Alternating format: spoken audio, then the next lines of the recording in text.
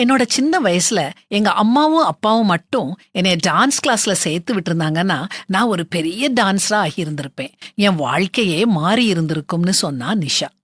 அவ குரல்ல வருத்தமும் ஏக்கமும் தெரிஞ்சது.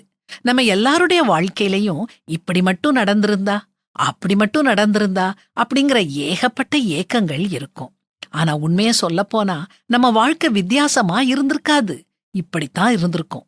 நம்முடைய அனுபவங்கள் மூலமா நாம வளர்றோம், பதப்படுத்தப்படுறோம், முதிர்ச்சி அடைறோம். அதுக்காக நம்ம எதிர்கொள்ற எல்லா பிரச்சனைகளையும் நாம சந்தோஷமா ஏத்துக்கிடணும்னு, நம்ம மனச புண்படுத்துறவங்கள மறந்துடணும் அப்படின்னு நான் சொல்ல வரல.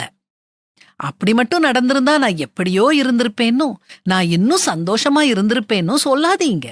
வாழ்க்கைய அப்படியே ஏற்றுக்கோங்க. அப்போதான் காயங்கள் குணமாகும், வலிகள் மாறும்.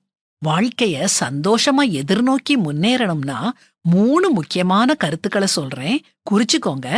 முதல்ல உங்க பெற்றோரை மன்னியுங்க. அவங்க உங்க கூட இருக்காங்களோ அல்லது வேற எங்கேயாவது இருக்கிறாங்களோ பரவாயில்ல, அவங்கள மன்னிங்க. அவங்க தங்களால முடிஞ்ச அளவு தங்களுடைய பெஸ்ட உங்களுக்கு செஞ்சிருக்கிறாங்க. அவங்கள மன்னிச்சு உங்க மன பாரத்தை லகுவாக்குங்க. 2வது, ஒருத்தர் தவறா புரிஞ்சுக்கிட்டதுனால உங்களை விட்டு பிரிஞ்சு போன நண்பர்களை மன்னியுங்க.